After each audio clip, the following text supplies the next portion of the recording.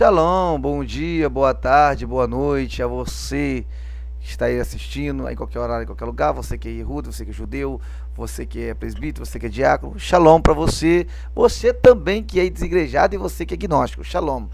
Esse é o canal Breshit e nós vamos falar hoje das profecias e o Concílio de Nicéia, né? Bom, o Concílio de Nicéia acontece no Império Romano. Na época quem dominava era o Constantino, depois de vencer uma guerra, e durante suas reflexões ele diz que ter visto um sinal da cruz, né? E ele diz que não o sinal da cruz, ele viu o sinal, o nome do Mashiach, o nome do Cristo, né? Que essas duas letras aí, a primeira é um P, meio que um P, parece um P, né? Não é um P. E esse depois é uma outra letra, né? E que é um dos nomes, uma das letras do nome do Mashiach.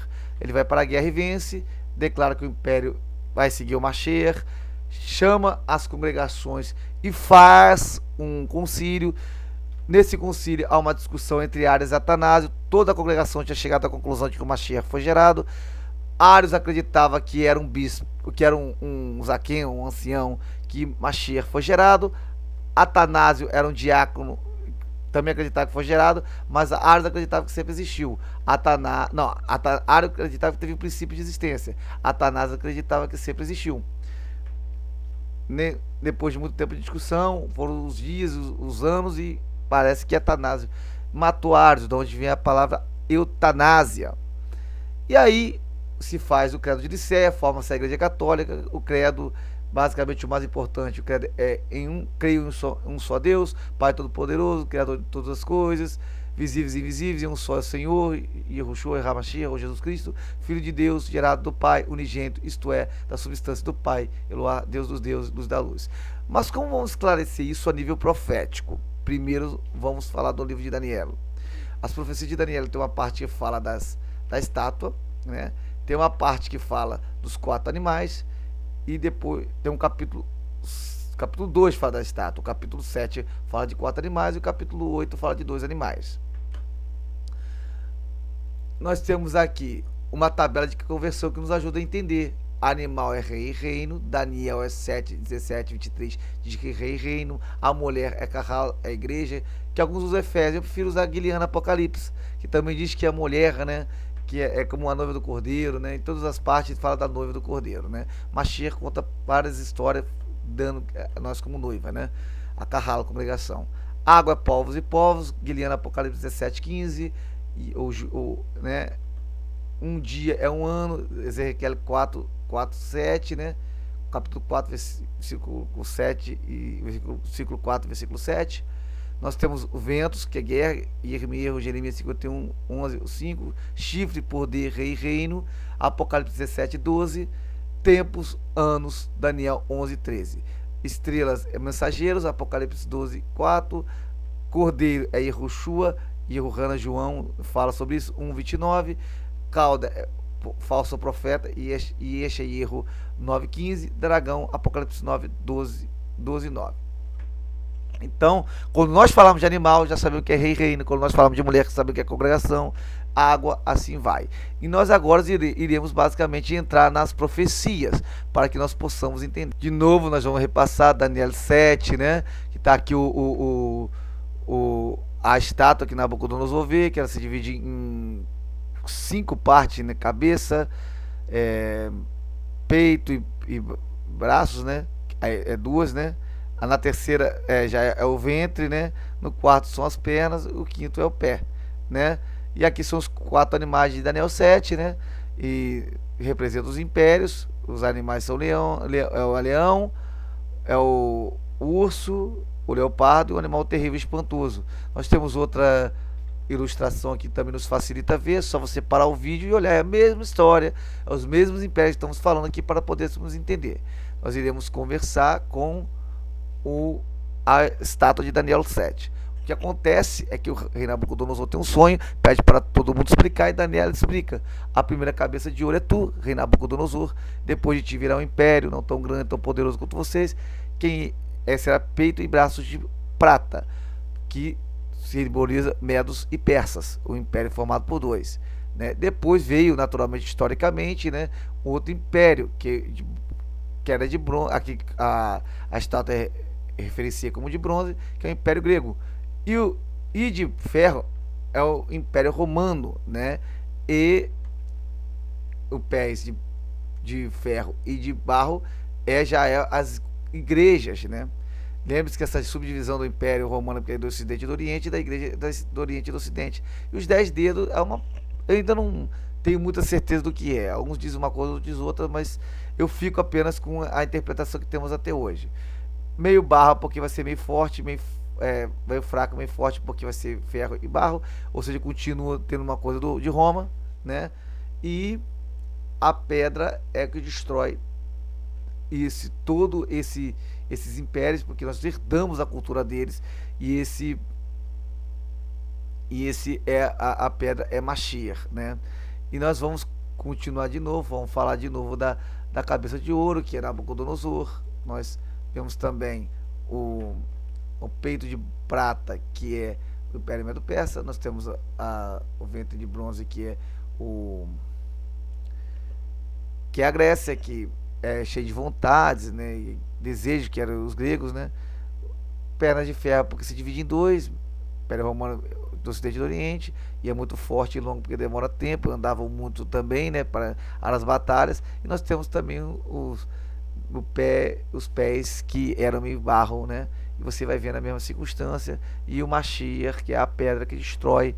Já explicamos sobre tudo isso e nós iremos para Daniel 7. Em Daniel 7, e Daniel vê um leão como de asas, que fica pois como homem, ganha coração de homem, né? E leão, ele sempre é animal que rei e reino, né? E esse animal, ele tá nas paredes de Babel e Babilônia. Você pode procurar até na internet, se você quiser, entendeu? Nós também temos o animal, que é o outro animal, que é o urso, com 3 costelas na boca. As costelas são 3 impérios. Esse urso simboliza o Medo-Persa, né?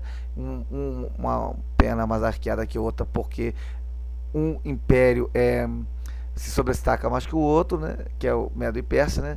Depois nós temos o 4 cabeças e 4 asas. As 4 asas são por velocidade de conquista. As 4 cabeças são os 4 reis, 4 reis, porque generais se transformam em reis depois que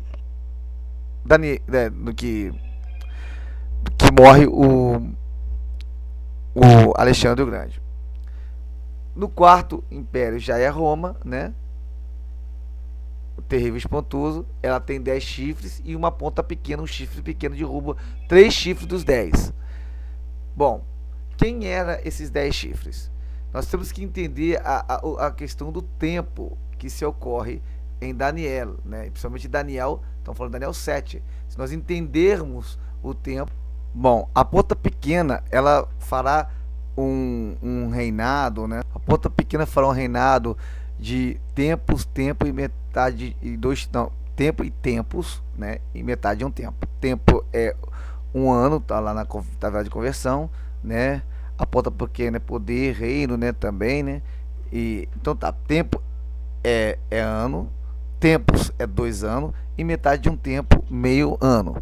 Então você pega 3 anos e meio, que você transforma em dias, diz o que? Anos.